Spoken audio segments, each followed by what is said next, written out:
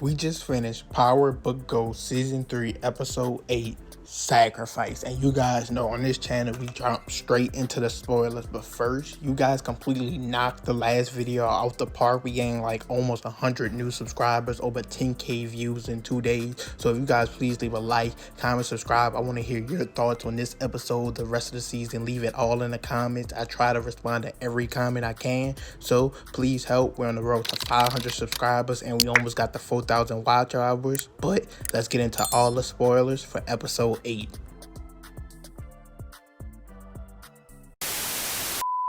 Saxe says Tariq set me up to get arrested. Find out what you need to find out. Just let me lose the case.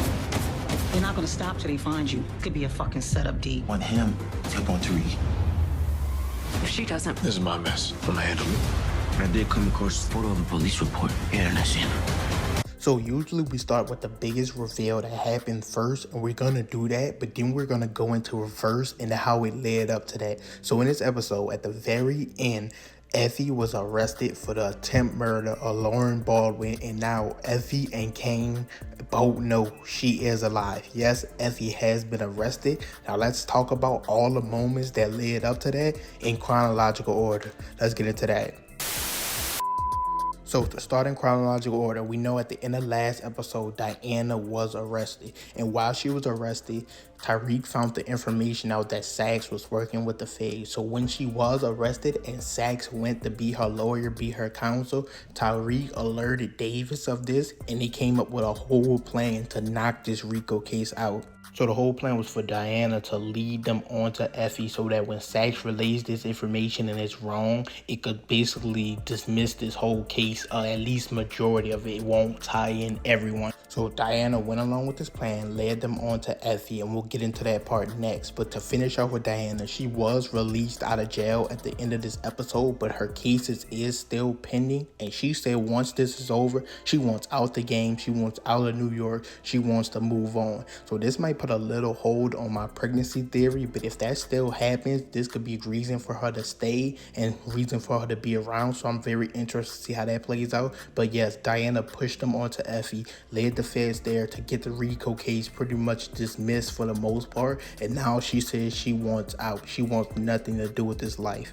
So let's entertain the prediction that she is pregnant for a second. I see this going one of two ways. Saxe mentioned to her in this episode that Tariq might have set her up to get arrested, and I showed you guys the promo for episode 9. She's going to be looking into that, looking at Tariq. Also, if she was to be pregnant, she already says she wants out the game. She wants this baby to have nothing to do with the family, and I think Tariq will want the same because he values family more than anything else. So I think he would try to find away from under Noma because Noma does know who she is. She mentioned it to Kane, so on and so forth. So this is very interesting how this could plays out with Diana fully wanting out the game and nothing to do with it, and also her investigating into Tariq in the next episode 9 that we saw in the preview. So what do you guys think Diana would do? Leave all your thoughts and opinions down below in the comments. I want to see what you guys think, interact with y'all, and let's just try to solve this together. But what do you guys think Diana would do?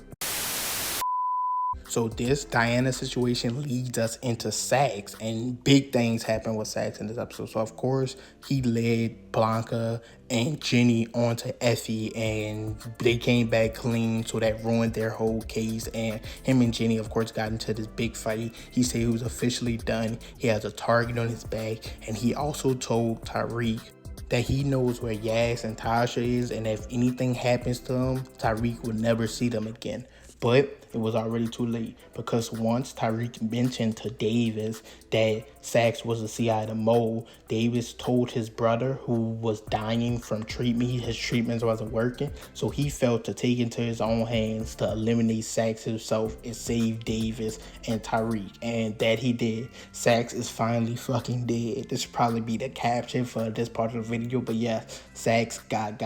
So after Davis revealed this to Theo, and after they already set him up to go after Effie and failed, Theo snuck into Saxe's car, basically kidnapped him, and when Davis and Tariq came to try to stop him, he was already going through with the plan, shot Saxe through the chest, and not only killed Saxe, but also killed himself. So that's crazy in its own right, because how are they supposed to be able to explain this? Like, killing Saxe clearly made things worse in my opinion. And then I wish it was something else, because this Steel character hasn't been around long and hasn't really done anything impactful to make us want this scene. We've been waiting on Saxe to die for years, so for them to have them do it, I didn't really like that. But that's not why you guys watch this video. You're just here for my recaps and reviews. So moving on. So yes, Saxe is finally dead after all those years. Theo also took himself out, and Tyreek and McClane was right there. So I'm interested to see how that plays out and how they'll be able to explain this, because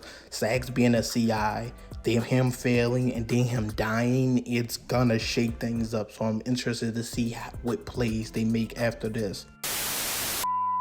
Moving on to Effie, probably the biggest part of the whole story, and this is probably going to be the longest part of this video. So Effie, of course, Diana led the feds onto her. Tyreek went to her under false pretenses, telling her he'll let her back into the group, back into everything, so they could work together. So she had to go collect the cups, collect the drugs, and do the runs, basically. So Tyreek went to her and sent her to do that.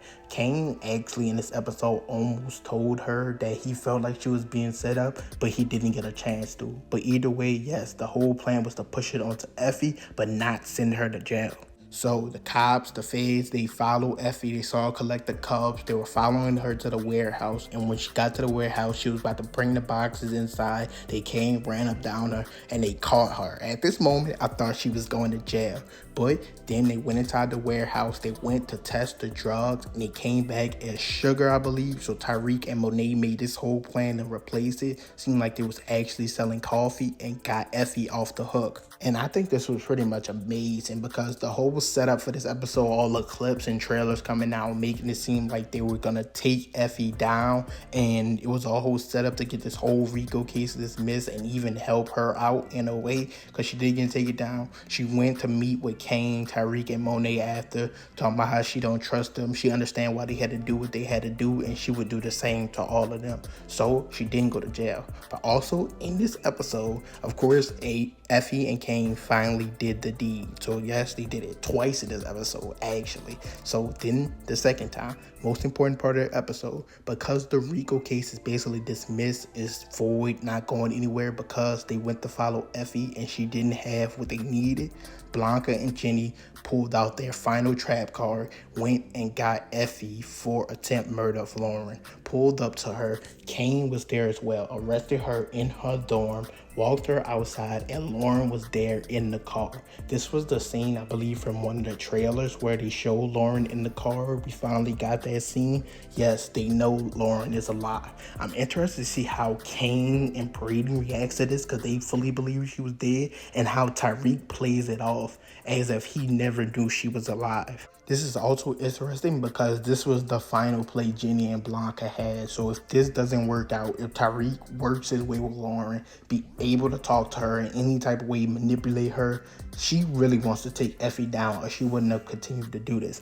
So they played it off like Tyreek and Monet was going to be Effie's downfall of them setting her up, but then doing it in this way under false pretenses where we think she got away with it, where they had a smart plan and everything, but then she still ended up in jail because of the attempt murder. I think they did it pretty smart and pretty well. Also having Kane there to witness this, it sets up the next two episodes perfectly. And you guys just seen in the preview clip for episode 9, Kane is telling Effie to flip on Tyreek. On him, flip on Tariq.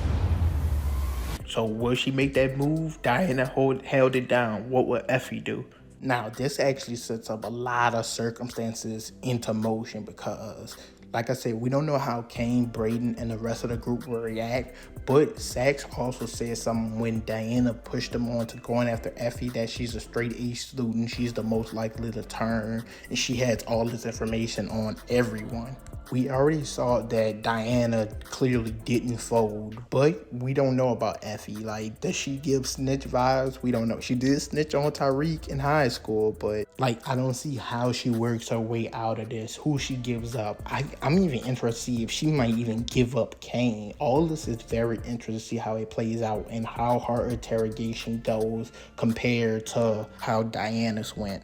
Also now, Saxe dead. We don't, McLean worried about her brother. She doesn't really have a lawyer. So like, is Tariq gonna help her after he's been betrayed after trying to kill Lauren? We know Kane probably will, but who else would really care? Ironic, Kane and Effie took out Lauren for being a snitch and wearing a wire, but now Kane pressuring Effie to snitch and rat out Tariq and turn on him. Just the irony of it all is hilarious. So now we're here at the final showdown, and if you guys want to check out my last video, it was all about Tariq and his choice between Lauren and Diana and how that's his Angela and Tasha. And now with Effie with her back against the wall, finally with Kane, Diana won out the game to move on, and Lauren want to take down Effie. Tariq is kind of in the middle of a situation where could he look out for Effie after she betrayed him? Is he still on Lauren's side? Will he help her take Effie down once and for good? Actually wants Effie to go to jail, which I don't know, because he helped her survive not going to jail in this episode. Did everything in his power to make sure she didn't go to jail. So will he still help Effie? And where does he stand with Diana wanting to be out the game once and for all? All this is very interesting, not only for Effie being in jail, for Lauren and her decisions, but Tariq and his mindset as well. I'm hearing Power, you know, usually after 5 episodes, they go on their mid-season break finale. I'm hearing they're supposed to be doing it after this episode, so we're not getting 2 episodes in the next 2 weeks. We won't be getting that. We'll have to wait like a month, and I'm hoping they don't do this. I will let you guys know down in the comments if you ask about it and I find out what they're doing, but I can't wait to see what they do in the last 2 episodes. As usual, leave a like, comment, subscribe, and I'm out.